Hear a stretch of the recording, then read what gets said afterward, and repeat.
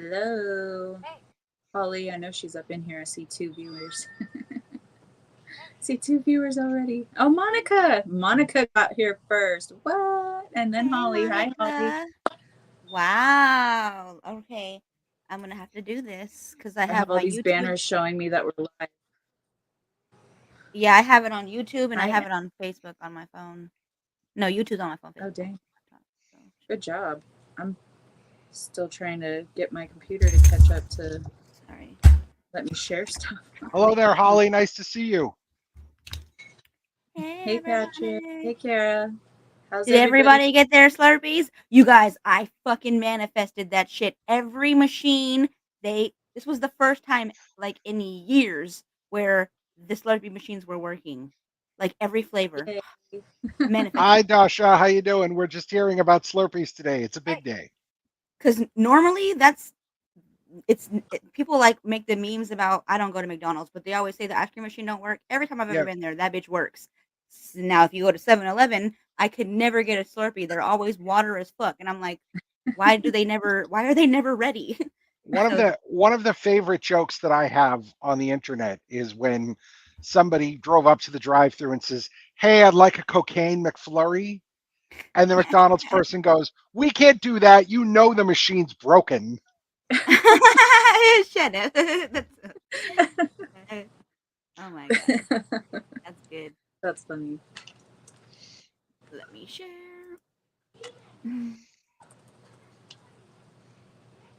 Oops.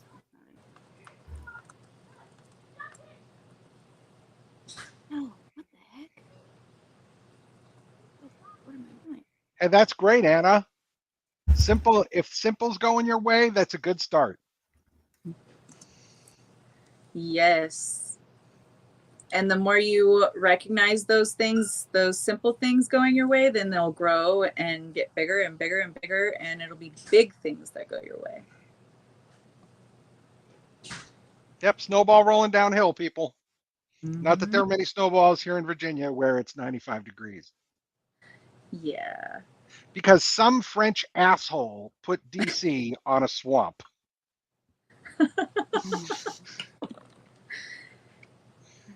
Well, why not? You know? Yeah, why not? Yeah, I've never been to DC. I've never been anywhere past like Missouri and Arkansas, any further east past there. I would love for you to come to Virginia sometime. Let me show you around.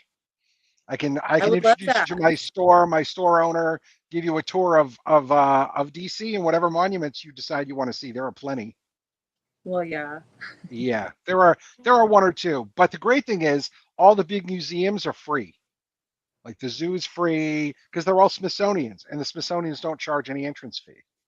Really? So That's like you could literally be here for a week and do all those museums and not pay a penny to get into any of them. nice. I'm gonna have to Yeah. do that.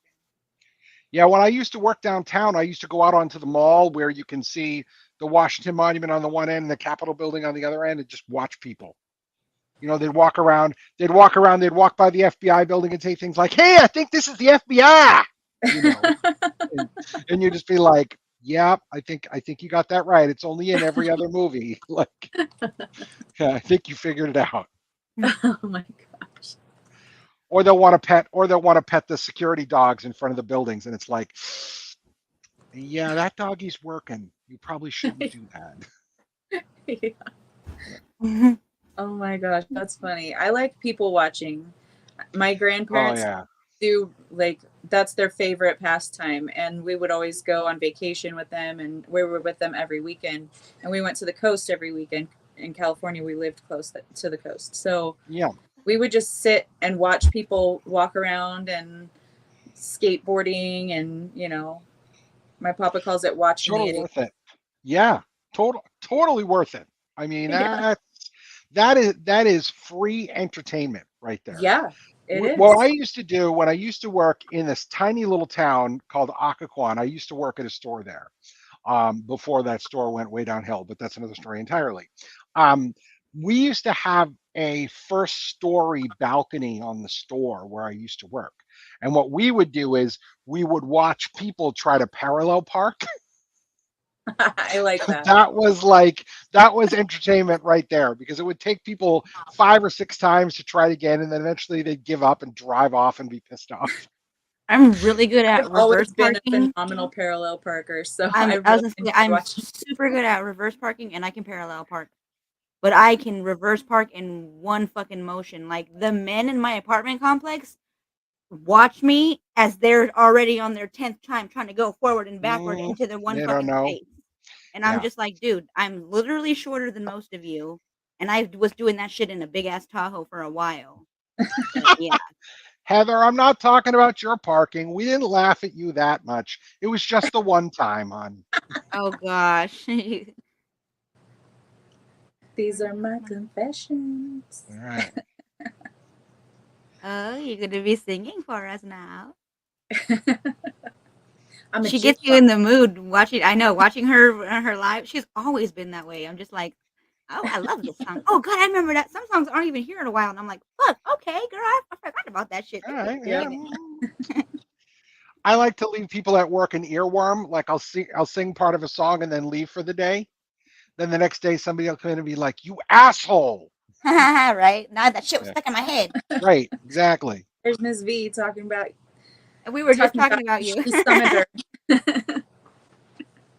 We summoned you. Rebel started singing, and I was like, oh shit. I do that though in the podcasts. I'll have a song come through, or y'all will say a song, and I'll be, yeah, I'm a jukebox. Yeah. I just So have to sing same. words sometimes. That's all right. When my aunt, who was in a cult, used to come visit, my mother used to sing, "When the moon is in the seventh house and Jupiter." And I'm like, "Mom, come on." She's like, "No, it's funny." I'm like, That's perfect. "Oh, Probably didn't a wasn't lyric. well received. What do you call yourself? What do I call you? A lyric? A lyric? What do you We call call her yourself?" Miss V. Oh, Miss V. Okay. Well, hello, Miss V. It's very, very nice to see you. Am I in the live chat? We caught her on her live earlier today. She does readings. She's really awesome. She's a channel and a reader, and she does lives apparently all the time. But I've never seen one until today. I was just happened to get on Facebook, and it was like the top of my new news feed. So I was like, oh, okay. Imagine. Yeah, it was a good one too. It was really good. Yeah. That's why I was like, oh, you were meant to hear this. Yep. Patrick, if I've got I'm a girl watcher in my head at 3 a.m., I'm calling you. Promise. That would be Patrick. My nose ring came out. Well, that's no We've good. got There was a piece of some cat short hair on readings my for. freaking glasses. But when I went to do that, it pulled my nose ring out too. Oh no. All Ouch. right. Yeah, let's start that so we can learn about he's got 4 good people for us to hear about today. Hi, Suzanne. You found your 4, right? Yeah, Huh? Yeah. yeah. Okay. I got my 4. Okay. And like I said, I don't actually crap. I just speak, and whatever comes out, I just hope it's right. You know, Yeah, we totally believe that, right? sure you do. I didn't just bring over 30 boxes of astrology and tarot books in my last move because I don't read them. They're just for show. Jeez, 30 boxes? That's a Holy lot of crap. boxes. Something, You got a something like library. that. Yeah. Yeah, I do. Yeah. Dang. Wow. That's That's I don't even amazing. I probably even have 1. That's 30? My gosh. Oh That's no, crazy. that's why my wife the next That's time was like the next time we move, we got to figure out what to do with all these books. I'm that's like, me with containers of like craft supplies and stuff. mhm. That's Hella right, containers. Heather, and they are my emotional support tarot decks. Exactly right. All 350 some odd of them. I haven't counted, That's but how I feel with all like 50 something of mine. yeah. My new role model. Hi, Lynn. What the fuck is I this got here? rid of some decks a year ago because I hardly ever used them. And then I have noticed that, like, oh, dang, I did get rid of that one because I thought I might use that one today. But nope, I got rid of it last year. So I guess I need Well, to we re saw up. some really good ones, 1010, as I say that on V's live. today that we like. So Yeah. there's some good ones out there. Yeah. John, do Heather's you have talking any about books? my card catalog. I have tons of book recommendations. The challenge is that what I may have to do is just take a picture on my bookshelf and send it to you guys so you can see what's on it. Yeah. Yeah. Because there's just tons of them. I have one of those Billy bookshelves from IKEA, the big wide ones, full of just astrology alone. So yeah, yeah. Wow. It really depends on what you're looking for, but like I have a lot of books by Lee Lehman. She's a really famous classical astrologer, so does solar returns and all kinds of medical astrology and all kinds of cool shit. I had a lot of books by Noel Till because my teacher was one of Noel Till's students and he's really good, so like I have a lot of his books. I've got a lot of basic primers. I have Astrology for Dummies and The Idiot's Guide around here somewhere. They're both actually very good for like beginner primers. They're pretty good. The challenge that people have with astrology is simple. Everybody wants to try to bite off more than they can chew. That's that's it. Yes, Liz Green. Yes, Liz Green has a book called Saturn: A New Look at an Old Devil, which I happen to like quite a bit, actually. Um, but like the idea is that if you're looking for astrology books, whatever you get, just take it super slow. Like Yeah. you gotta. Because if not, because you start off and you're like, oh, 12 signs. Yeah, no big deal, right? And then it's like, oh, 10 planets, 12 signs, no big deal. And then you're like, oh, 12 planets, the 10 planets, 12 signs, and 12 houses. Ah, I'm good. I And then yeah. all of a sudden you're like, wait a minute, you want me to talk about how the planets interact too? And then you want to start looking at transits, and then people are like, oh wait, I thought this was easy. Hi there, Nicole. Nicole's joining from YouTube. Excellent. Hi, Nicole. And somebody asked me about astrocartography. Patrick did, and yes, I can definitely talk about astrocartography at some point. Astrocartography is the idea that you put your chart on a map of the world and it will tell you what places are good for you to live. And there are some astrologers who actually will move based on their chart. Like they'll say, okay, I'm going to move here because my sun's here, Mercury's here, or whatever it happens to be. And I actually have a client who um, she went to, I think it was Edinburgh on a trip because her Venus line went right through Edinburgh. And she actually met and hooked up with a guy who ended up being a boyfriend of hers for like a year. So Well, like, that's if cool. you're looking for love, you can go to your Venus line. Like there's a bunch of different ways you can do it. But it's really really interesting because you can see because the planetary lines also will connect in some places. So if you've got a lot of planetary activity in a place, that doesn't necessarily mean it's good, but it means you have to use that planet's energy the right way there because the influence is going to be heavy. So if you live somewhere where you're on a Pluto line, likely you're not going to like it. Likely it's going to be like, okay, I'm coal producing a diamond. Like it'll be good for you eventually, but like it's a struggle. It can be a struggle living on a Venus line. So that's one of the reasons why, for example, I love Las Vegas as a city. I always did, and then I looked at my astrocartography, and these lines have about 150-mile radius on each side of the line. So the closer you are to that line, the more the influence of the planet is. Well, my Jupiter line goes right through downtown Las Vegas. So like it's a place that I know that if I ever moved there, like honors one, all kinds of good stuff I expect will happen.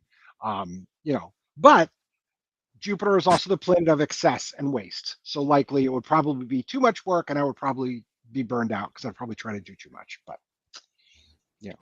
Yeah, well, that sounds pretty close to anyone in Vegas. Yeah. Mm-hmm. All right, you guys ready? So we can get John on his Yes, chart. we're ready. All right. So the energy of this reading, guys, it's kind of an ass whip. But here you go. Somebody needs this. We have our very first card coming out for us is the King of Swords in reverse, you guys. This energy that's coming out here is, some strong, like, controlling energy right here. Like, somebody or many people are in this energy of, my heart is racing now. Um,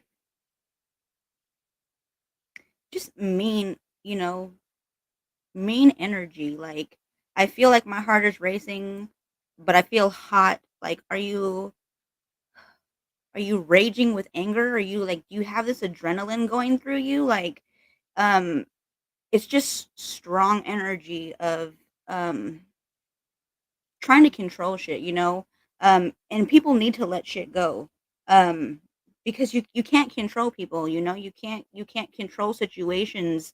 All we can do is work through them and just go with the flow, like, you know, even if it's not the way we want it to be, just fucking roll with it, okay? Like, let it go. It's like, let people fall away or let them stay with you, whatever. Don't try to fight this shit. Don't try to control anything because it's just making shit really hard. We have the King of Pentacles coming out for us also in reverse.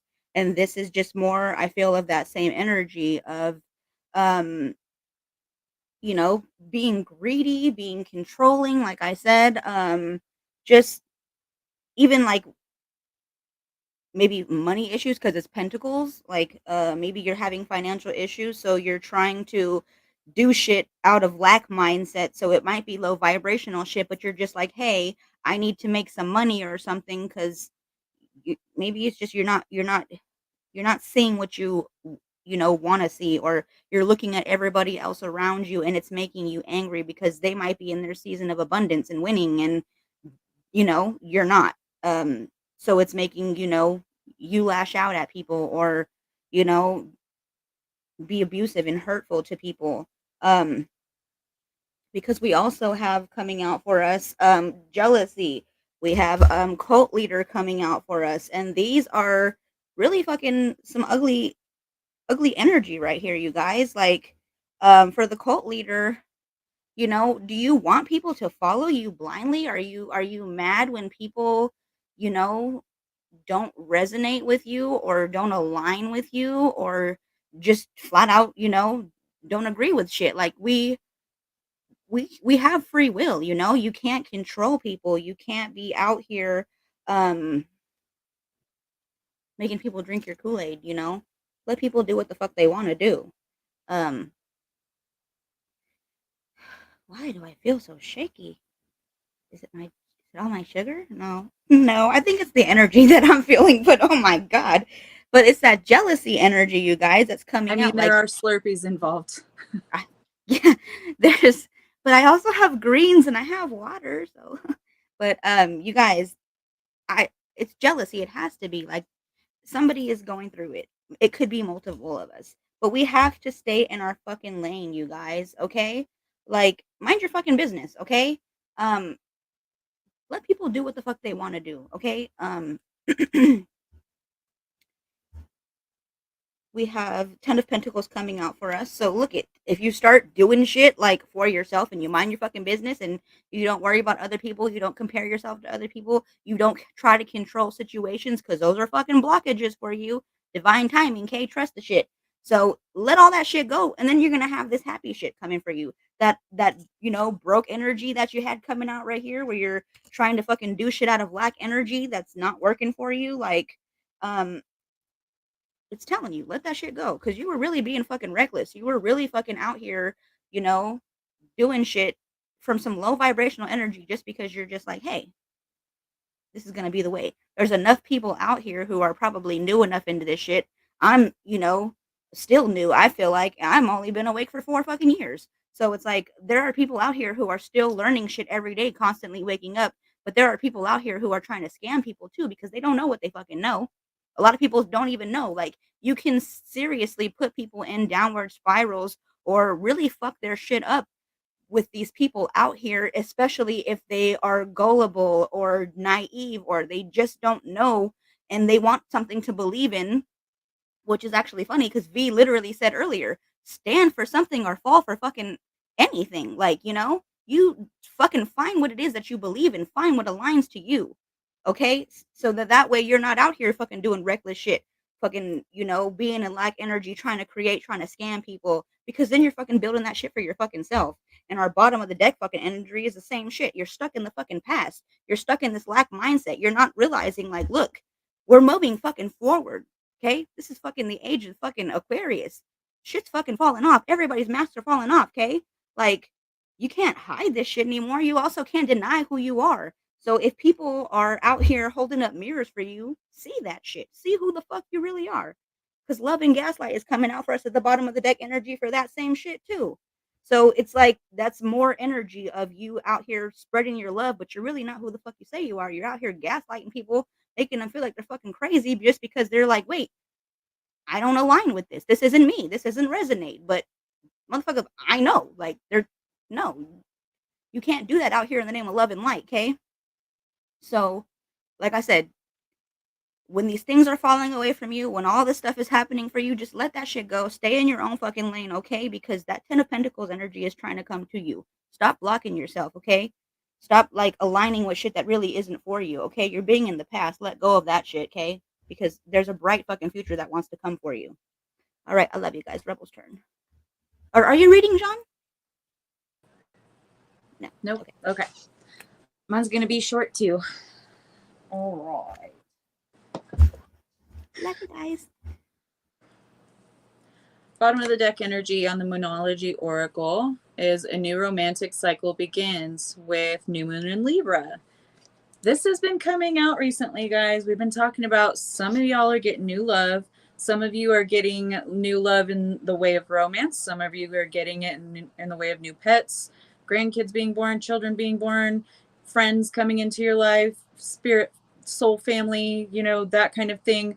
It just talks about a new cycle beginning for you where you're feeling more fulfilled. You're experiencing more love in your everyday experience. But you got to stop holding back. We got 4 of Pentacles showing up, guys.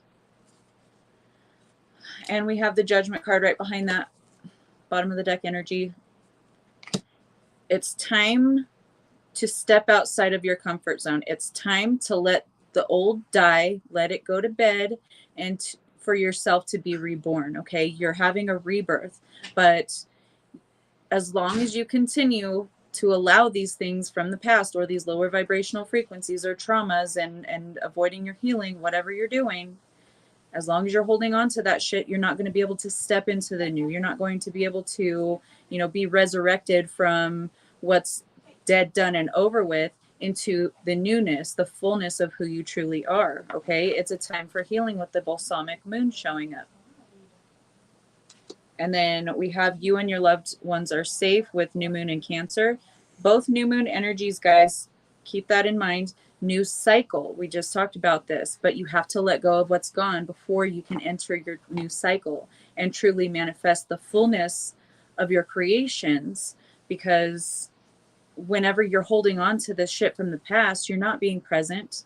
You've got gifts, new beginnings, presents, and surprises. But this also tells me, y'all know just about every time, to be present. Because if you're not in the present moment, you're not going to see the opportunities. And sometimes opportunities come in the way of something that you perceive as a negative situation happening for you. This is an opportunity for you to level up, to ascend, to practice what you preach, for one, or just to, it's like having that epiphany, that aha, that realization, okay, this is what I do. Now I'm in alignment with my manifestation. Now this can come through to fruition because now I'm in that positive mindset, or that, abundant mindset, or the mindset of having what I desire as if it's now. You are being guided. Okay. You may be experiencing some rough shit because you're showing up Empress not Empress, sorry, not yet. 9 of Pentacles in the reverse, which is pre-Empress energy, by the way. It's a Pentacle card. It's a suit card, but it's talking about being solid, being stable, becoming the Empress. And we have the Empress right next to it in the reverse too. So that's what suggests to me more of that pre-Empress energy, but you don't even have that. It's like right now you've had things that kind of knocked you down a peg or two. It's caused you to take stock and look at what's going on in your life and why things aren't working out.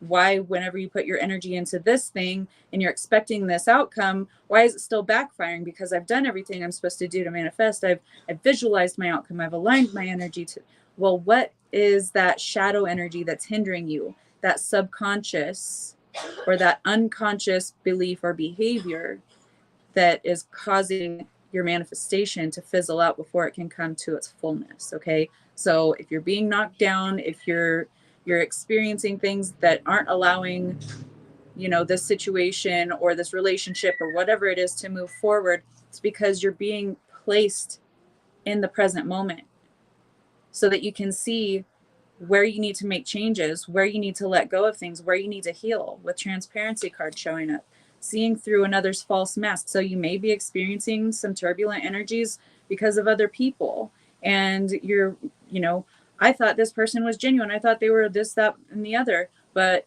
now you're seeing, well, maybe they need to do some work, or maybe we're really not aligned like I thought we were. And that's fine. Okay. But it's time to weed out the garden, because until you do, you're not going to be able to blossom. You're not going to be able to fully ascend into your path. Just because you and this other person don't vibe or aren't meant to be in each other's experiences anymore, or this situation or this place, it doesn't mean that that's a bad thing. Just that they're aligned to something else. Their path goes somewhere else and your path goes here, and you guys can't go together. You're on different paths. Doesn't matter. Okay. But mission coming up, raising consciousness, sharing your light, and ripple effect. It is your mission to be authentically you, to trust your own intuition, to trust your higher self above all others. Absolutely. But keep yourself a bit grounded. Okay. Be teachable. Don't just go through life thinking that you know everything, and everything that you do and say is right. I say the same shit myself. I could be wrong in, you know, talking about someone else's life or giving them guidance, because their guides are guiding me down, you know, a facade so that they can learn their own discernment and learn to trust their own intuition. Okay. So even one of the best psychics, even people better than me, trust yourself above them. I don't care if it conflicts with what I'm saying. There's something you need to learn there, and that's fine. And, you know, you're going to have victory no matter what, but you have to look at the circumstances that are not moving forward, see where you're projecting. Okay. And then transform that shit. You're leveling up. Just keep doing the fucking work. Be teachable, be malleable. Don't just go through life thinking you fucking know it all, because you don't, I don't, John don't, even though he knows a lot. Angela don't. None of us know it all. We're not going to. So, you know, get out your ego and let the shit go and move on. Love you guys. Beautiful. Thank you. Love you. Thank you. Love you All too. right, John, what you got? That was wonderful. All right. Yes. Thanks for the readings, ladies. Good evening, everybody. Glad to be back after a way too long hiatus. I had to move houses, which was probably one of the worst moves I've ever had in the heat here in Northern Virginia. So it's been a very challenging time. As you can see, I have a new backdrop. It's my new office. It is not done yet, which is why you don't get to see all of it, because it's a mess. However, I am here and my stuff is all moved in. And so tonight, what I'm going to be talking about is houses 3 and 9, continuing in our house introduction series.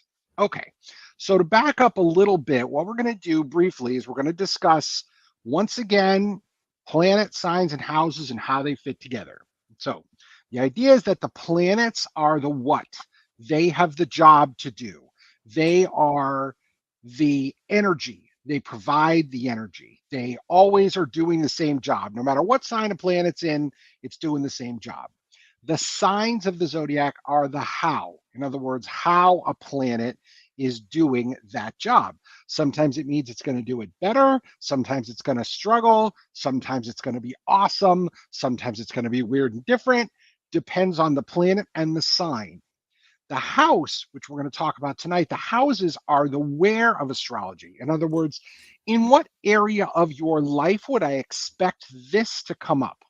Each one of the houses has probably 80 or 90 different keywords, phrases, ideas, or concepts that go with it. So as we talk about houses 3 and 9 tonight, I have 4 charts that I've pulled that we're going to take a look at.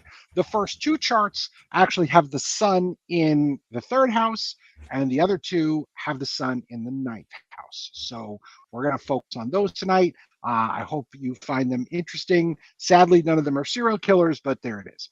Anyway.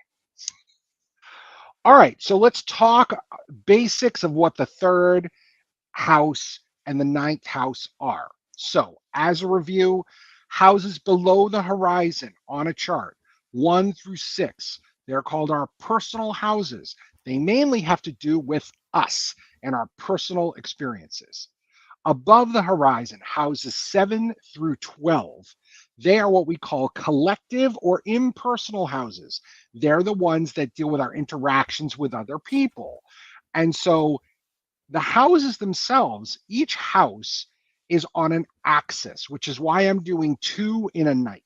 Okay, I'm doing the pair. So we started off with 1 and 7, then we did 2 and 8, and then tonight we're going to do 3 and 9.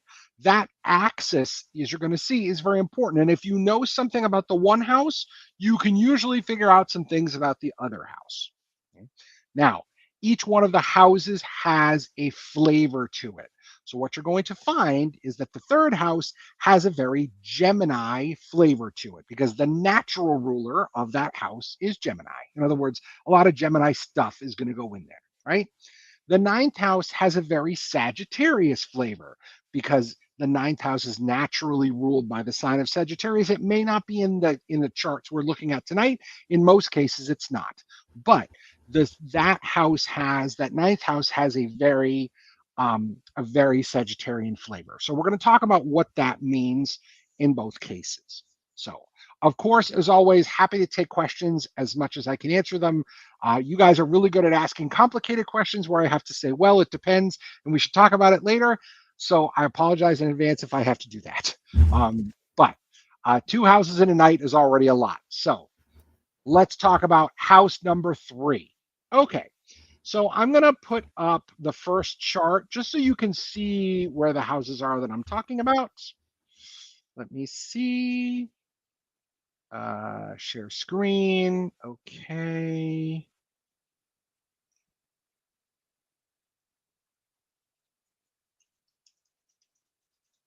All right.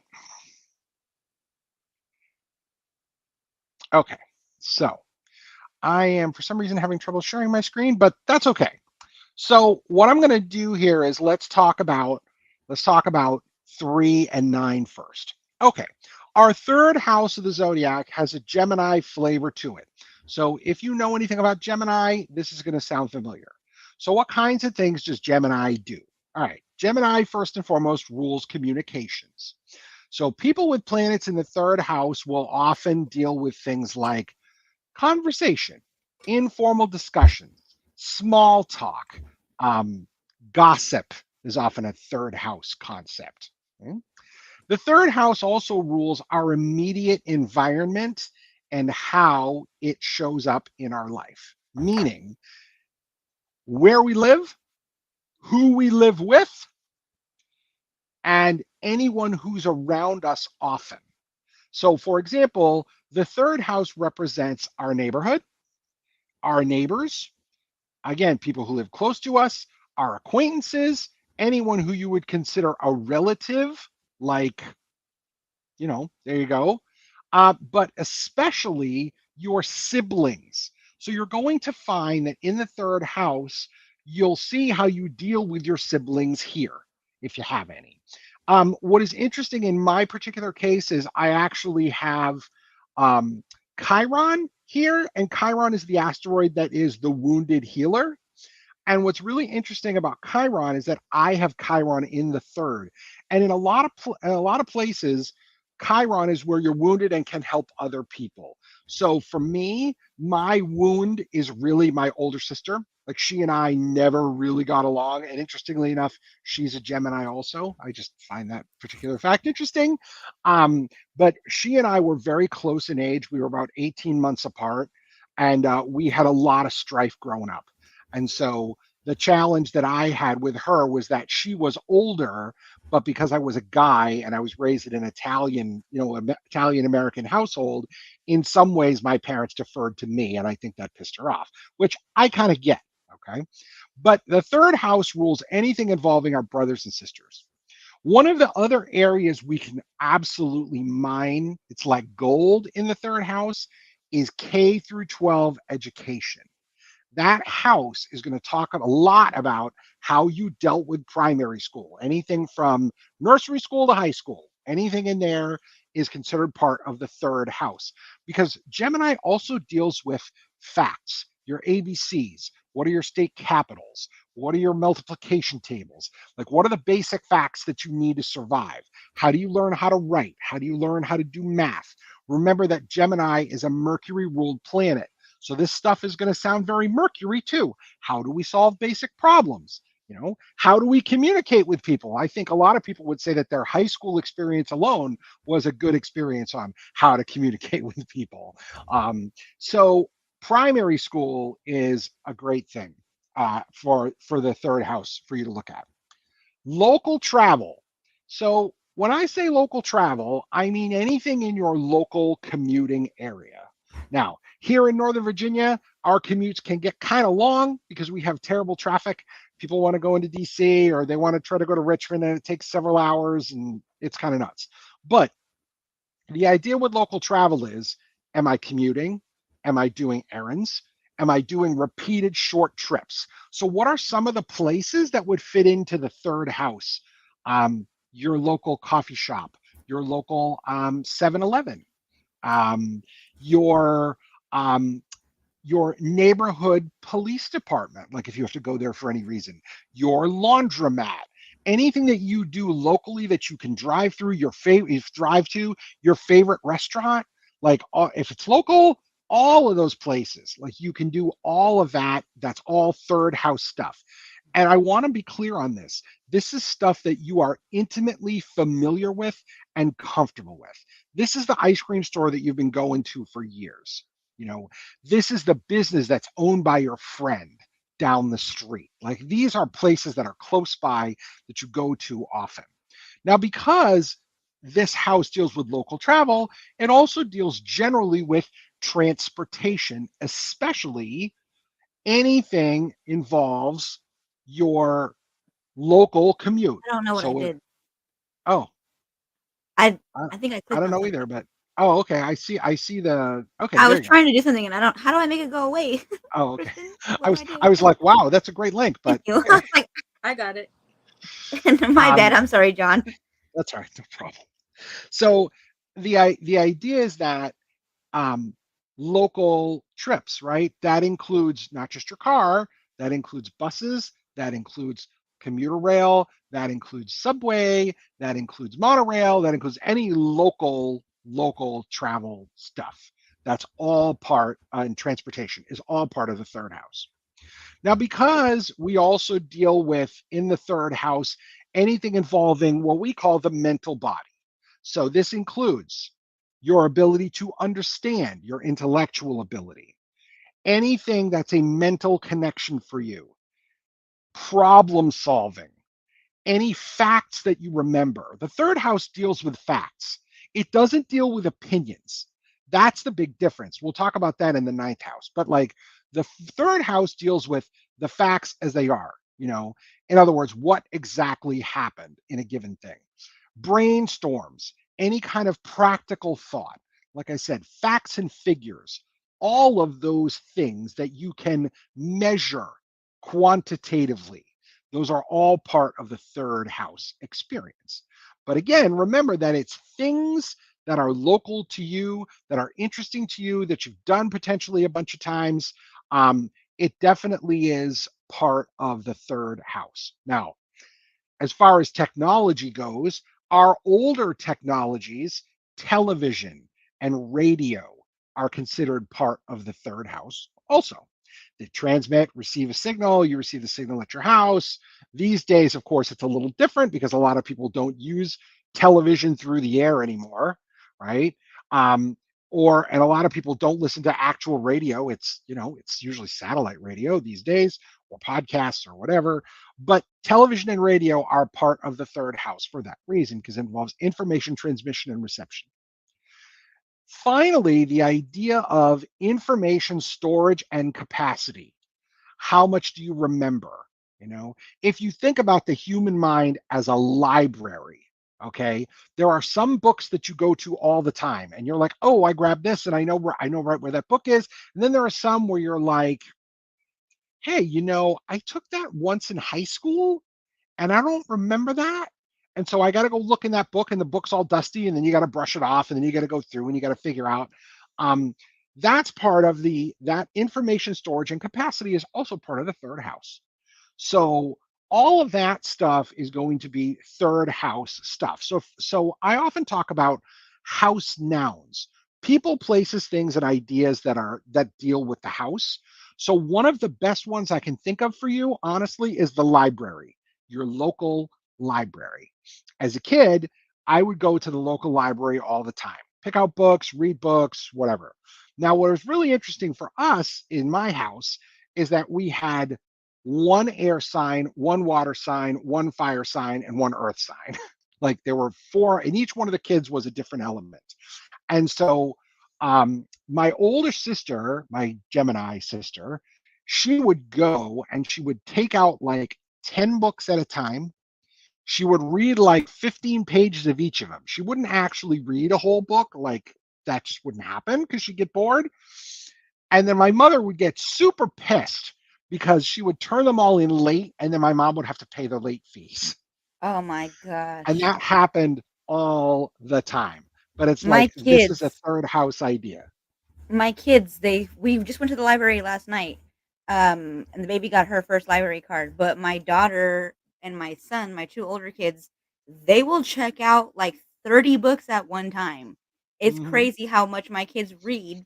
But yeah, like I could not read like them, cuz same with you. I would like your sister, there would be so many late fees. Like I remember for a while I couldn't get shit cuz they were like, you owe the library money for all your books, and I was like, wait, they do that? Like I have to they Mm-hmm. sent me a thing in the mail so I could pay that shit off. But then I found this thing for Christmas, if you donated food, they would take your library fine away, and I did that shit, so Ah, that's a great idea. cleared my fucking debt. That's a really, really good idea. Yeah, so I donated food to a family in need, and they took my debt away. Outstanding. But yeah, That, that's why I was like when you said that, I was like, "My kids will check out 30 books," but thank God now they don't charge fees anymore. no, No, no, or at least no. not our library. I remember when they changed it a couple years ago, they sent something out and they're like, "Now you just bring them back." But yeah, like my daughter will have books out longer than 3 weeks, and I'm like, "Renew them at least." But yeah. Yeah. Well, and nowadays the idea of books has completely changed too, because now we have ebooks we can check out from the library. So that's changed the dynamic quite a bit too. But the idea of your local library is one of the best ways to think about the third house. Your local public school, like I said, your local coffee shop, your neighborhood, any of those places where you're dealing with people, places that are familiar to you, they're considered third house. Okay? So, like I said, tonight I have two charts with people with the sun in the third house, and we'll talk about those in a minute. But let's shift gears and let's talk about the ninth next. Okay, so we talked about the third, and remember, the third is a personal house. It has to do with us. The ninth house is an impersonal house or collective house, and it has to do with other people. So, what that means is that the ninth house is the same kind of idea, only it's at a higher level, if you will. So the third house deals with facts and figures, right? Facts, stuff we can actually measure. The ninth house deals with philosophy and opinions. It deals with the idea of what is abstract. In the third house, we're talking about concrete stuff. Yeah, it's a red house over there. It's my neighbor's house. They had a fire last month. Like, okay, these are all facts, right? Whereas if you're talking about the ninth house, you're talking about philosophy, you're talking about ethical matters, you're talking about any form of higher education. Remember, I said the third house is K through 12? Folks, anything other than K through 12 is in the ninth house. So that means college of any kind, job training of any kind, all of it, trade school, all of that stuff. If it's not K through 12, it's considered part of the ninth house. It's based on the idea of the higher mind. It's not just facts and figures. It's more than that. Okay. And when you have the sun in the ninth house, you tend to have a more philosophical perspective on things. Now, I will also say that in astrology, the ninth house also deals with the spiritual. Because remember, the third house deals with communication among humans. The ninth house deals with communications with higher divine authorities. So, religion and spirituality are also part of the ninth house. A lot of people who are members of clergy have a ninth house sun because they're focused on that part of their lives. When you have the sun in a given house, it energizes that house. It shines there. And so that house shines for you. And so people who have the sun in the ninth will often be very philosophical or very spiritual. The idea of applying the information you learned is a big part of the ninth house. In other words, you can learn the facts in the third, but you apply them in the ninth. How does it make sense to you? How do you apply it in real life? Again, this is about lessons learned and wisdom. So it's great to say all kinds of fun platitudes, but like the idea of wisdom is I'm going to take this simple thing and I'm going to apply it to my life in a much more profound way. And that's really the difference. One of the differences between the third and the ninth is because it's dealing with that higher mind, if that makes sense. Any kind of teaching or training or learning. This also includes advanced study of any kind, of any subject. That's all part of the ninth house. So in many cases in a chart, we can see, should someone go to college? If so, how long might it take them? Sometimes we will see education interrupted. Like if we see the ruler of the ninth house having a problem, we can go, they might start, but they might not finish, or they might not finish in the appropriate amount of time. And that's fine too. Like as long as somebody finishes eventually, and sometimes they won't, and that's okay too. But the ninth house will tell you some of that. The ninth house also deals with travel. Now, once again, let's make the contrast. The third house is local travel. If I live in Northern Virginia, if I'm traveling to DC, that's considered local travel.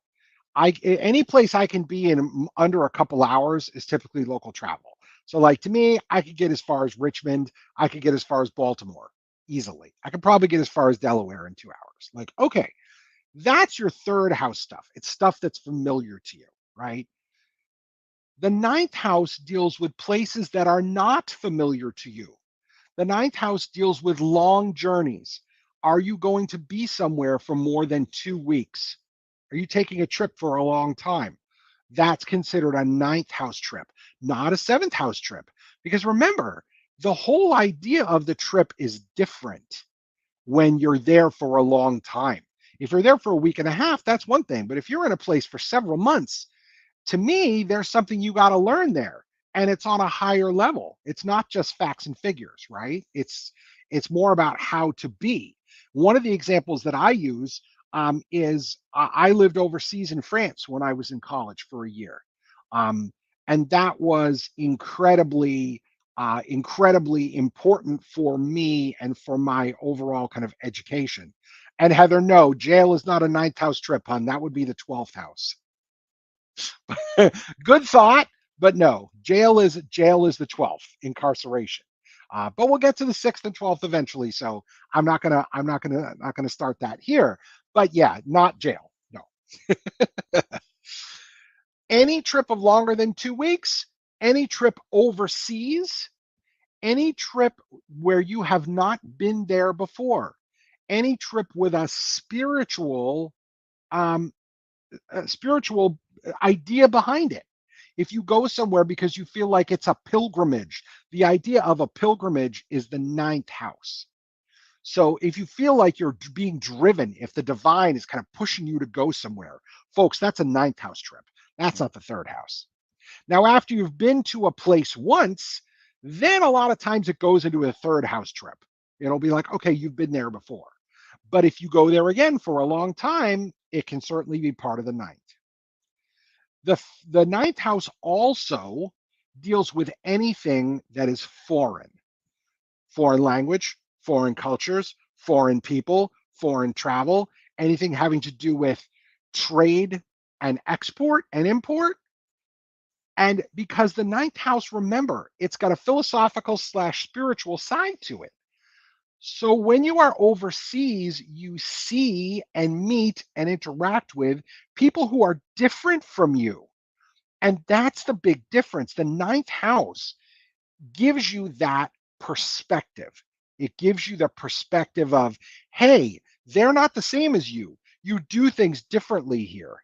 And you take that perspective back with you. And I can speak for myself. Like for me, I went to France for a year and I told myself, there's no way I'm changing. Like I'm me. I know who I am. Uh, you know, and nothing's going to happen. And I came back so fucking different. Like it wasn't even close. I was completely different.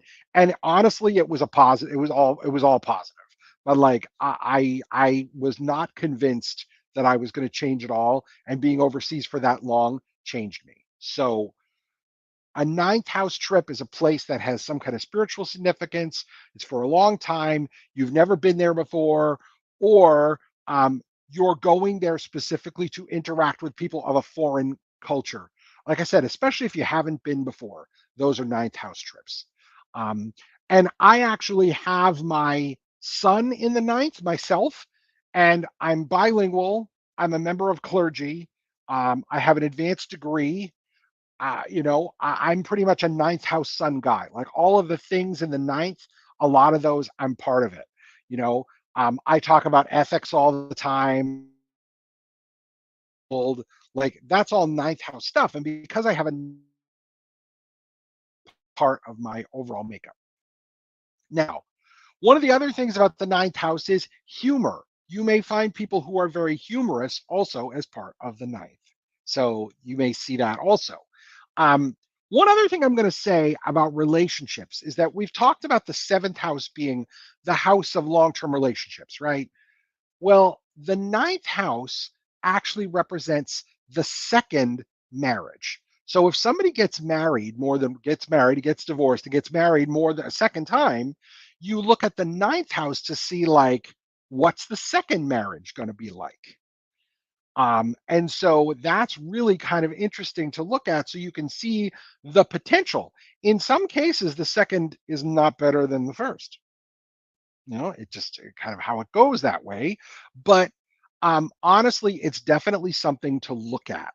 Um, but that ninth house is very, very important.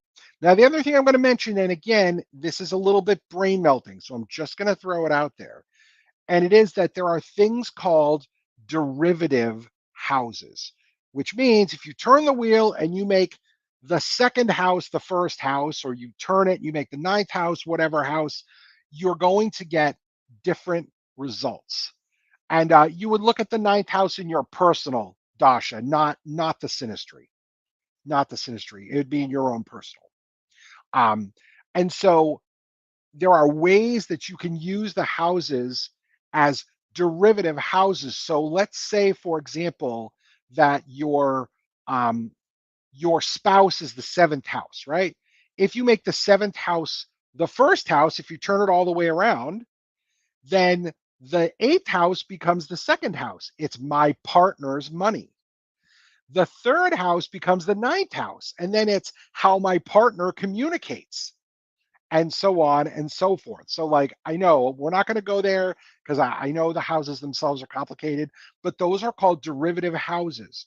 And so that's why we can get 80 or 90 different ideas in a house. It's because as we turn the wheel around and we look at it from different perspectives, we can see different things. So those are the two houses that we're going to be dealing with. Now, as I tried to share earlier, it said I had to restart my browser to like actually share tonight. So what I'm going to do is I'm going to dip out real quick. I'm going to restart my browser and then I'm going to come back in. That okay, ladies? Yep, we'll hold down the fort. All right. I will be right back. And yes, Catherine, my apologies for the new forehead wrinkle. I'm going to warn you though. Learn the houses first. Do not, under any circumstances, Google derivative houses unless you want to be incredibly confused. Learn the houses first, and I then you have can start Lilith looking in my into it. ninth house Oh, you have Lilith in your ninth? That's excellent. Okay. in Taurus. Do you really resonate with her? Actually, yes, I've used her. And I named one of my dogs Lilith. All right. Mhm. Yeah, that would be that's a very interesting spiritual position for Lilith to be in the ninth. Really? I mean, oh yeah. Oh yeah, because you're gonna I mean like it would be likely for you to have a connection with her, but also it's that dark side of spirituality. And not necessarily bad, right? But like you would have yeah, see. Yeah. Yeah. All Yeah. right, let If me it go let me go restart this and I'll be right back. okay, All see right. you in a minute. All right, see you in a minute. I've been commenting from StreamYard backstage and I can't like or respond to anyone's comments. All I can do is insert a comment there. So I know, just I so you're can't do anything either. ignoring anyone. It just wants me to block them or report, and I'm like, I just want to react. Right? I just want to show it some love. Hopefully, StreamYard will get all the reactions for all of the I need to platforms. check. I'm trying to find my birth fucking That would chart. make it so much easier if we could just stay in StreamYard and do all this shit, but we have to go back and forth, back and forth. But For I can't real. right now because I have to make sure that I add them, John and his screen, to the stage when we need them. So I'm not reacting in the comments, guys. Sorry.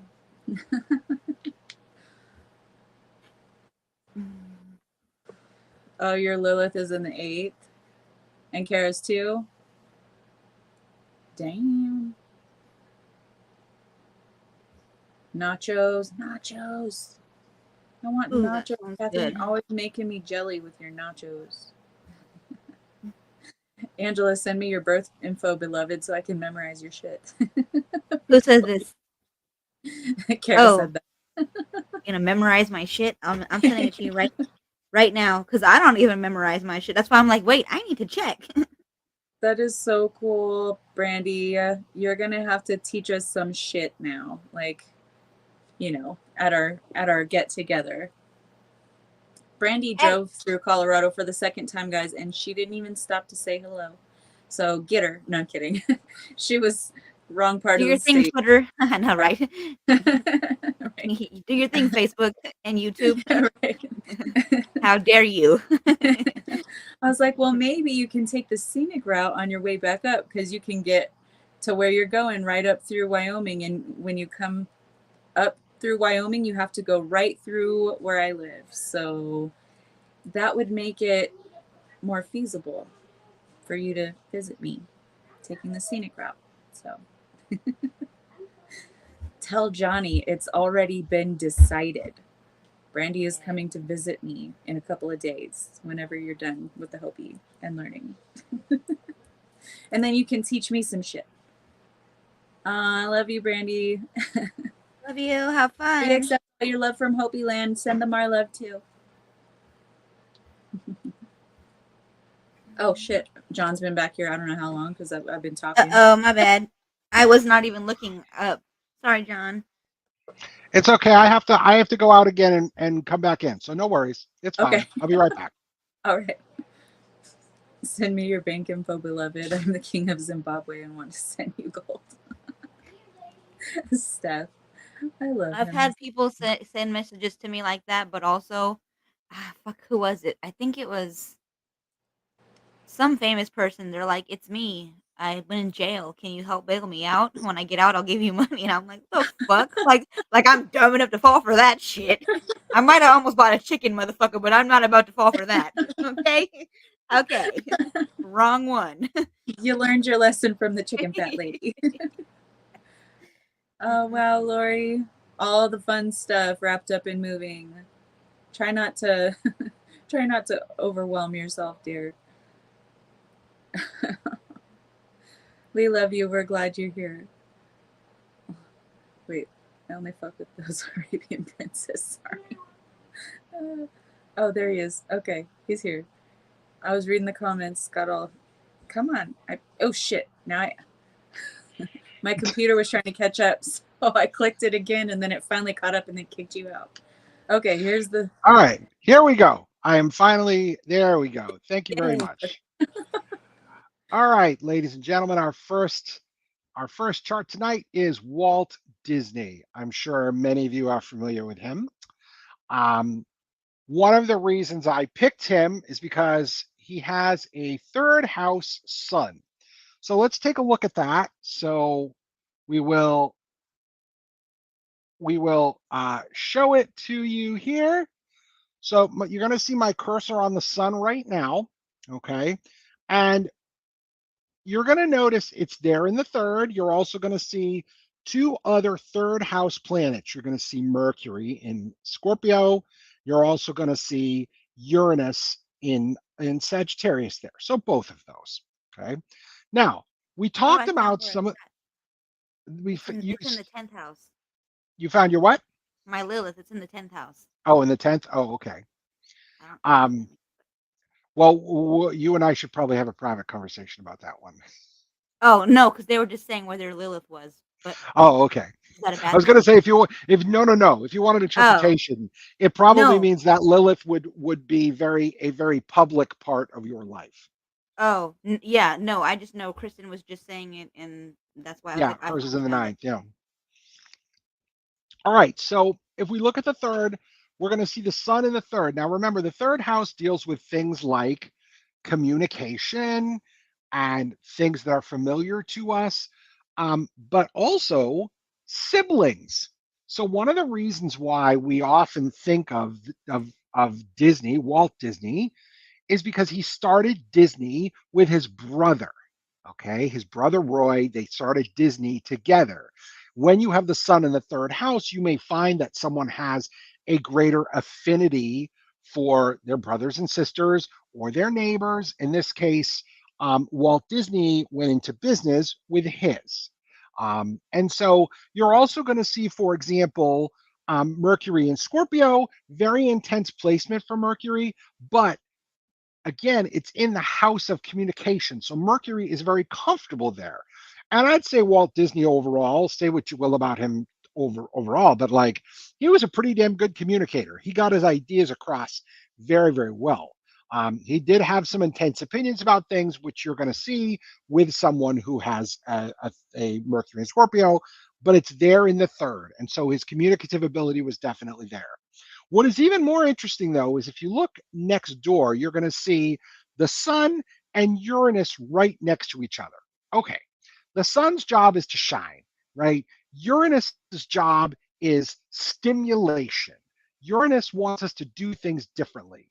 Uranus wants us to break the rules. Okay, so I'm going to go with the fact when you're dealing with the Sun Uranus conjunction, it's like you have a little bit of an electric current going through your body all the time. You might not be able to sit still. You might need to constantly be trying new things. You might always need to be trying something new, doing something new, being different. You might be a rabble rouser. You might be a rule breaker. A lot of cases with Uranus, Uranus doesn't really care. Uranus wants to. You might be a shit starter because Uranus will often do that too. Um, and the thing is, Uranus is the planet of innovation. And I mean, I think no matter what you think about Disney personally, the man was an innovator.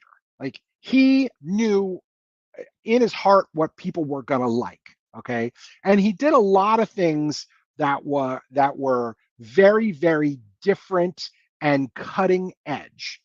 And a lot of what we think of these days as a theme park, we think of because of Disney. He did those things first. He thought of those things first. So Uranus is the planet of, I call it genius or madness. So when you're dealing with that and the sun together, when you're dealing with two planets that are conjunct, folks, within about 6 or 7 degrees of each other, they blend. And sometimes planets blend well together. Sometimes they don't blend so well together. In the case of the sun and Uranus, it makes you kind of um, a little bit antsy, jumpy, excited. Like you want other people to be excited. So you got to find a way to get that stimulation out. And so he had that in the third house. And so he was dealing with working with his brother, but he was doing innovative thought. Remember that the third house also deals with the mind. So he was thinking extremely creatively and in an innovative fashion. Um, Now, what is also one of the interesting stories about Walt Disney is that when he opened Disneyland, uh, they had certain paths that they wanted people to walk on. And the people who ran the park were getting upset because people were just walking across the grass. They weren't using the paths that had been put out. And so they went to Walt and they said, Walt, like people are walking across the grass. What do we do? And in a very Sun Uranus answer, he said, watch where people walk and then put the path there. I mean, you know, that's a very Uranian answer. Like, just go with it. Like, if that's what they're going to do, then we'll just put the path there.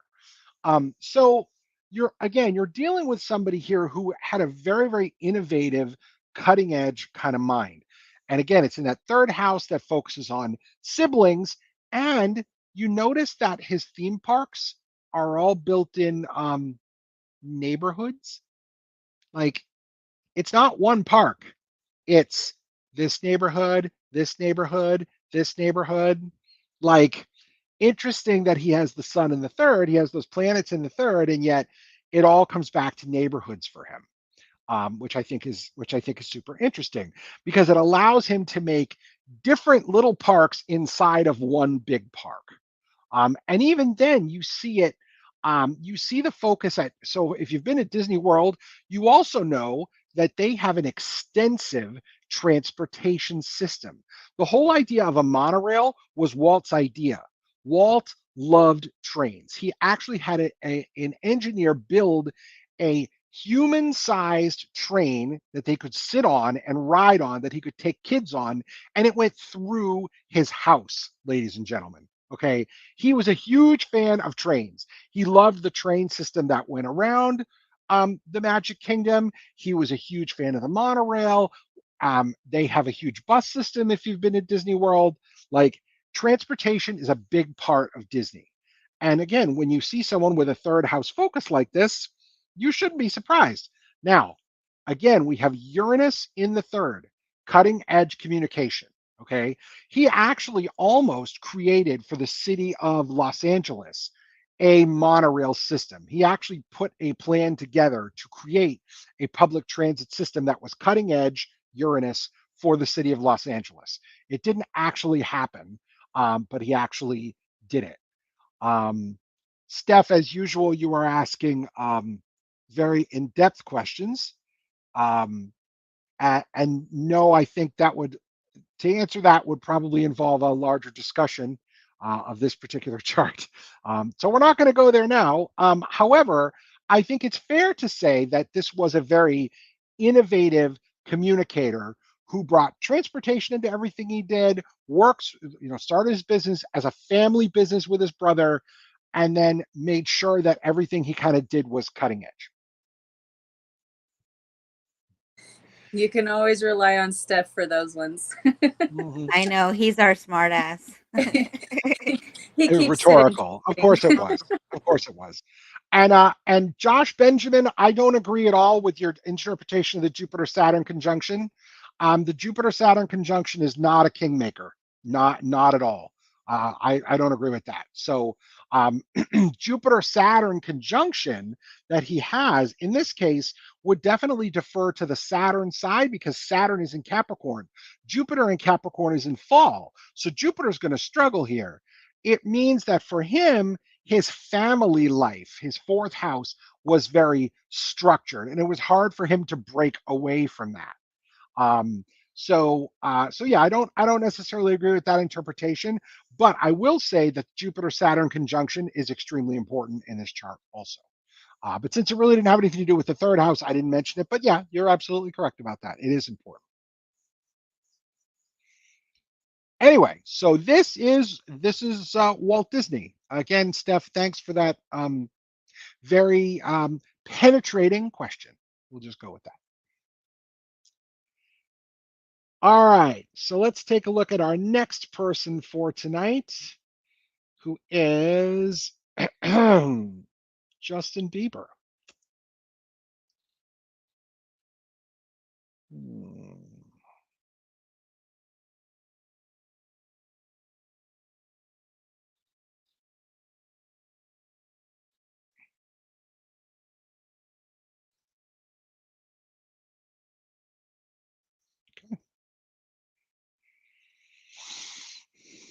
Okay, so here we go. Once again, we have someone with a third house sun. Very different setup here. We have someone with a third house sun who has the sun in Pisces. We have a much more sensitive person that we're dealing with here. Now, what's interesting about this chart is that we have four planets in the third. Again, this is a heavy third. This is a heavy third chart. So we have the Sun, Saturn, Mars, and we also have Mercury retrograde in the third. Mercury is, again, very comfortable in the third house. And the idea here is that Justin Bieber's communication skills and his brain are probably pretty good. Like he's probably pretty smart. But that Mercury retrograde can sometimes mean that you really, really have to look within and think about things before you say them, before you write them down, all of that. So he probably does have actually a pretty damn good brain with Mercury and Aquarius. But what's interesting is next door to it is Mars. And a lot of times with Mercury Mars, it's about what I say is what I do. And so for him, he's somebody who wanted to be very familiar and comfortable to people.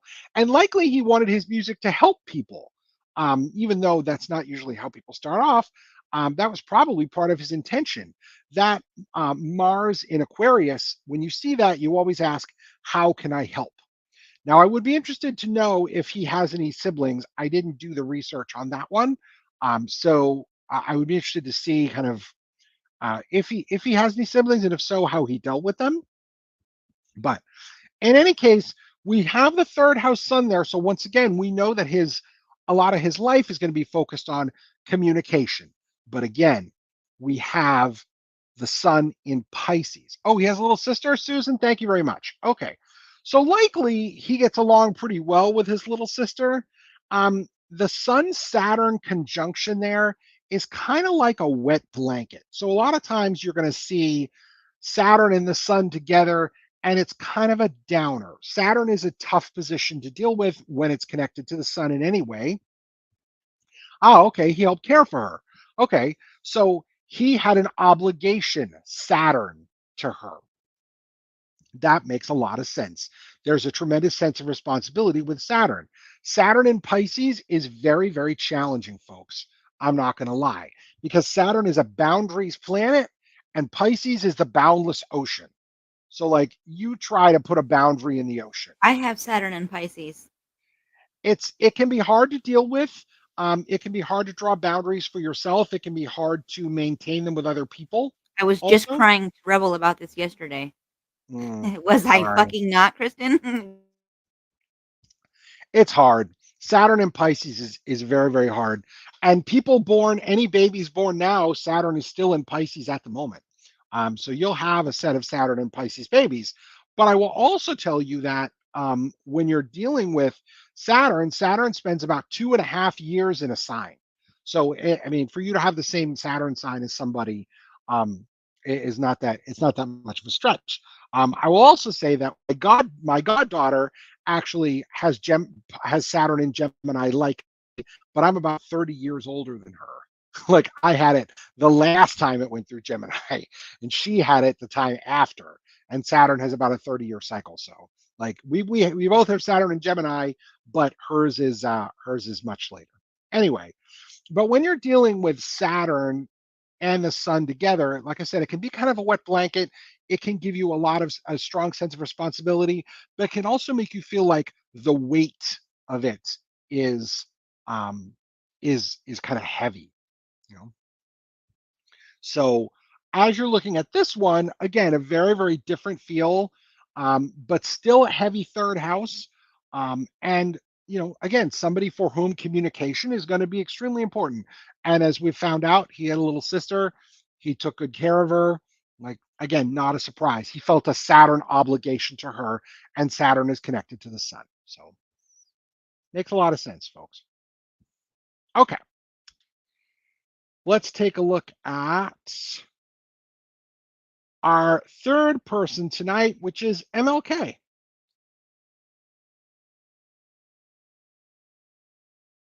Okay. So Martin Luther King had a ninth house son. This is probably the biggest no brainer I have for you folks tonight because, like, this is a very spiritual person. This was a person who was a member of clergy. This was a person who was very principled. The ninth house really resonates in his chart here. What I will also say is that you notice that this sun is very close to what we call the midheaven, this line with the arrow on it. The sun close to the midheaven often represents people who want to make sure that they are in charge, right? There was no question that MLK was in charge of his business, right? He had his own church.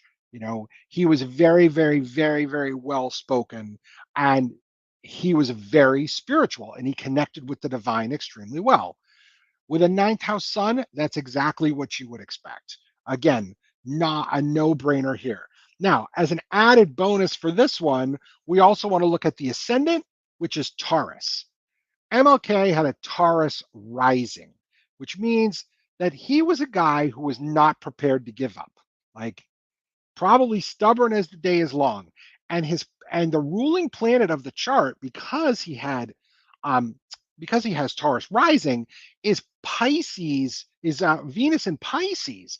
Venus in Pisces is lovely. It's wonderful.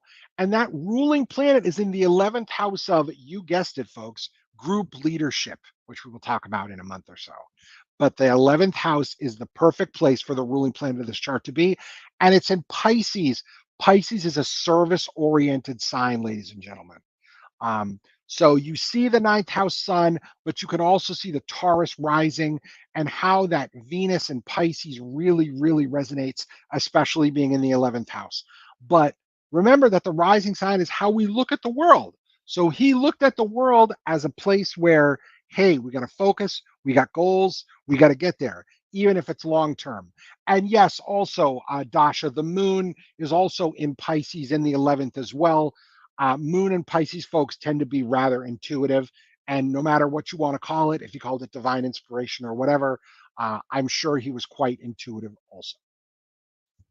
But so this is MLK. All right, so I have one final one for you tonight, ladies and gentlemen. Let's take a look. And it's actually singer Billie Eilish, so we'll look at that one.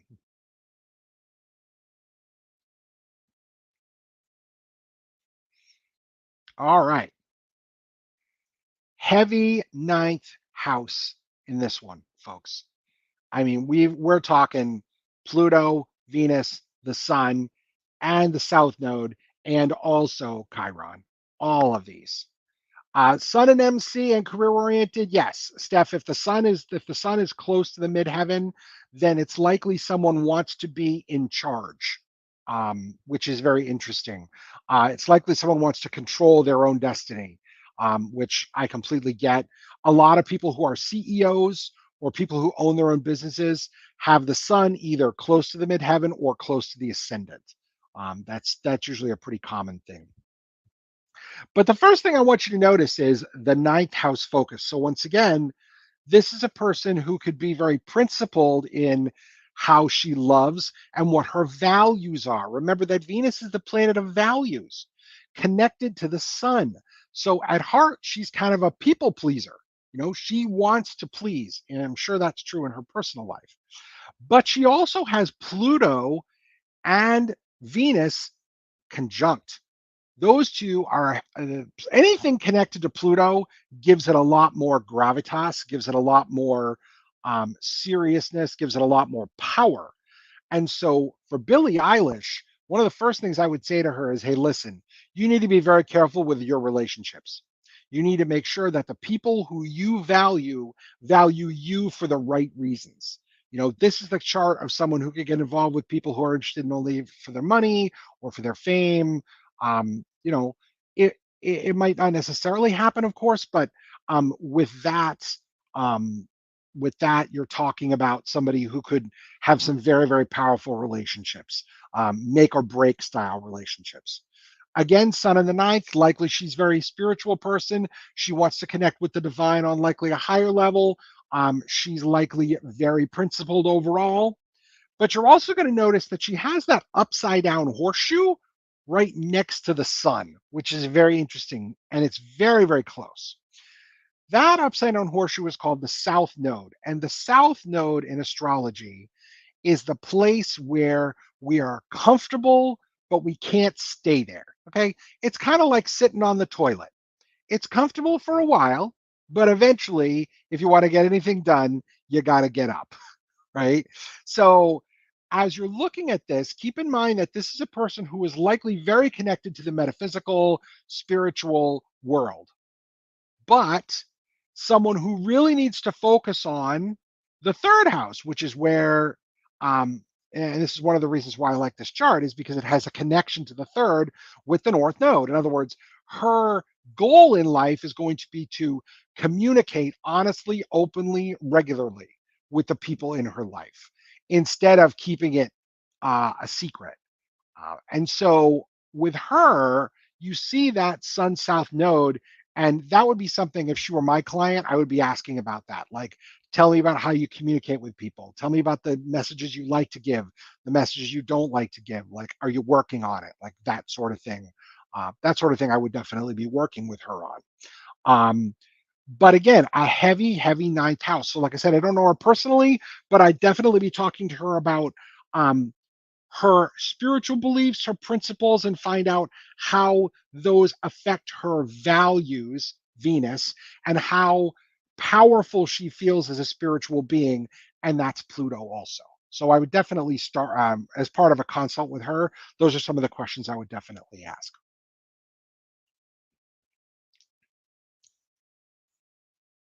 Yeah, Dasha, you're right. It needs to be the opposite of the placements in the ninth. Correct. Because that north node, folks, the north node is where you need to grow in this life. It is where you need to develop. When I was in astrology college, one of the things that we would ask all the time is, how are they doing their north node? How are they doing their north node? Which meant, what are they doing to develop the skills that are going to help them access the house by house and sign where the north node is. So in this case, this is Gemini, which is actually perfect because it's a Gemini flavored house in this case. And it's Gemini on the cusp because she has an Aries rising. So she is the natural ruler sitting on the edge, which means that she has to learn to be a much better communicator. She has to communicate the things she wants, and she has to do so often to the people who are around her. Her ninth house stuff is good. She's probably likely naturally spiritual, naturally philosophical, and those things are all well and good. But you have to be able to express yourself in the real world. And this chart basically says, hey, look, lady, if you want to make sure you're successful and growing, you have to make sure that you're doing your North Node, which means, excuse me, which means talking to the people around you, giving them facts and figures and not opinions, telling people what's really going on with you.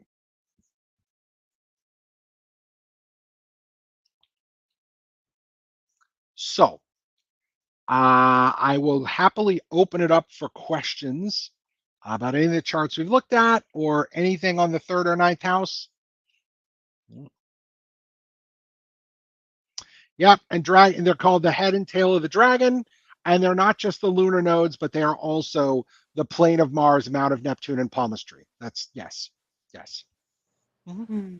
true. Thank you for that, Joshua. Yeah.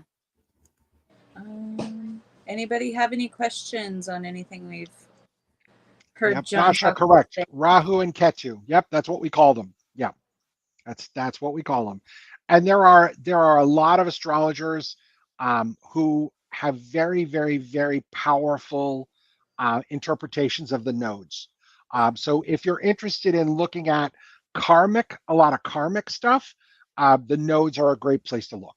Like if that's something you're interested in, you definitely want to look at your nodes. So for me, what's interesting is I have my South node in the seventh house in um, in Leo, and I have my.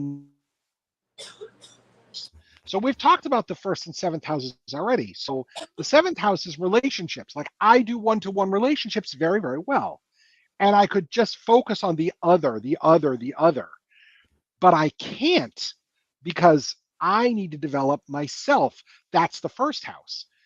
And it that north node in the first house is in Aquarius, which is interesting because Aquarius rules astrology and the metaphysical. So how am I supposed to develop myself? Well, I'm supposed to develop myself in an Aquarian way, which is part of the reason I'm here tonight, actually. So, north node in the fifth. So that's a person who likely has to understand play and the importance of leisure time activities. Somebody who needs to get out there and perform, somebody who needs to learn to take risks, somebody who needs to throw the dice every once in a while, because the fifth house also deals with things like gambling and speculation, but also performing in front of other people. And the north node in the fifth also indicates a strong need for creative ability. North node in the 12th, that's an intuitive and spiritual development thing. That is, how can I be of service to others? That How sounds like can I Yeah, how can I serve other people? How can I deepen my intuitive ability? How can I see past what is hidden to what's really, really there? How do I access my subconscious mind? That's part of the that's definitely with your north node in the 12th. my north node is Taurus in the ninth. Oh, Taurus in the ninth. Okay. Yeah. So hon, you got to stay on that spiritual path. And you have to accept the fact that it's not going to go as fast as you want it to. Mine is Pisces. Mine is Pisces in fourth. Okay, so your north node is? Yeah, and it says 13 degrees 13. Two 13s. Okay. So that means that you're actually doing your North Node because you just had a baby and you're caring for them. So like that's family. I'm developing and growing my family. And the fourth house is the house of mom and motherhood and home. So hon, you're already doing it. So that's Fuck good. yes. All right. Yeah. Damn, I just did that 4 times. All right. Oh, well, again, a lot of times people don't know about the nodes or they kind of go, I don't know what those are and I don't want to deal with them, but they are super, super important. North Node in the sixth is about day to day responsibilities. It's about seeing yourself as someone who is responsible for other people. It's about taking care of other people. It's about serving at work. It's also about serving animals. So, a lot of times, people with North Node in the sixth have to work with domestic animals, work as a vet tech. A lot of times, North Node in the sixth means there can be a focus on wellness overall, um, physical wellness, mental wellness, and the mind body connection. So Monica, I would definitely be exploring like the mind body connection in my life and how I can develop it even further than it is. That's where I'd start. But in the mundane world, it can also be, how you deal with people at the office. Hi. Hi, Jay. Work with husbands. My internet's one. Oh, okay. Hi, Jay. Anybody else? Awesome. That's really cool, Joshua. And yeah, I connect with dragons quite a bit, so it's nice having you in here talking about dragons. We've been actually Are having a lot of dragon energy showing up lately, so thank you. actually, yeah, today twice during two different lives. Are you on Yeah. Facebook, Joshua? Like, if you are, maybe we could. Are always loving to show people, and what they do. So I don't Hmm. know if you're on Facebook. Thank you for being on our YouTube. We're happy to have you. Yeah, thank you. Yeah, definitely glad you're here. Anyone else Anyone going else once, have any going questions? twice? Houses 3 and 9. How's this 3 and 9? Because we've done the definitive. We've done the definitive on houses 3 and 9. You're welcome, Steph. I am glad to be here. Glad to serve. Um, Next one we'll do houses 4 and 10. I'm going to plan for that in 2 weeks. And what's very interesting about that particular night is we're going to see. I actually am doing a ninth house journey because I'm being sent to Las Vegas for work for 2 months. Um, and I Oh, leave on the 21st. So I will be in Las Vegas when we do our next few shows. Um, okay. what is going to be interesting though is that I will be in a hotel and I'm not sure what the internet is going to be like. I'm going to cross my fingers. But it may be that you just have me on voice and that if it's not working, then we can certainly scrub it till after I get back. But we're gonna give it a try. But I'm planning for July 25th to talk about houses 4 and 10. Awesome. We're excited to have you back as Mhm. usual. Yeah, I'm excited to be back, and I'm really glad that I don't have to carry boxes every day because that shit was terrible. And I'm 52 years old, and I don't That's need to do that. that's terrible at any age. For real. It really is, and we got movers too. Like I mean, and they I've they moved never all had the. movie. That's amazing to have We movers. paid we paid movers. We can't do it without movers anymore. Like Every time we've ever moved, my husband has did his everything by his fucking self. Like loaded the truck, unloaded it, and we live in apartments up and downstairs. I've always felt bad for him, but I'm so grateful that he does it because wow. I know, but we don't have no family members that are close I that would did even want to help us. it in my I know last for couple of Kristen, houses. I've done it all by Mm. but like myself. I believe it's a statistic that like moving is like a super big fucking stress factor in New somebody's life. moving is the most stressful event in an That's what I adult's thought it life. was. Okay, Yeah, yeah, you're it's right. You're absolutely right. It is. And this was move number 13 for us. So we are not in our 29-year marriage, it's been 13 times. So like we're Wow. just like we've just had it. So, but I am really, really grateful for everybody who comes in and tunes in to listen to me go on and on for an hour and a half about this stuff. Like I said, I just make it up. I don't actually have any real expertise. So, um, Yeah, right.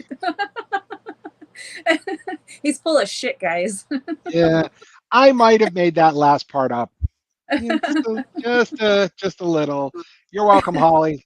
But always very nice to be here. If there's something else you need from me, let me know. Otherwise, I will be seeing you in a few weeks from gorgeous Awesome. Thank you Las so much, John. Vegas, where it yes, was yes. 120 this past weekend. Yeah, I was about to say I know it was Yeah, hot as no, fuck. thank you.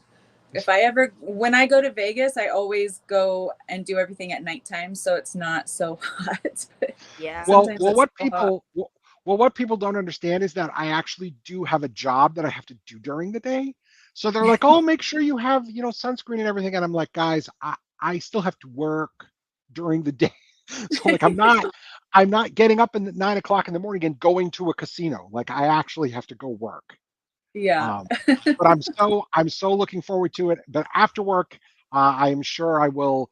I am becoming an expert on the Las Vegas bus system because the bus stop's right in front of my hotel, and we'll see where it takes me. But this is why it's a ninth house trip because I've been to Las Vegas before, but I've never been there for more than 4 or 5 days max, Yeah. and this time it's for 2 months. And so it's going to be a very, very different trip. Luckily, I have a company car to get me back and forth to work, but I'm not allowed to just take that anywhere. Like I really have to do official shit with it. So, Official shit with it. I yeah. love that. All right.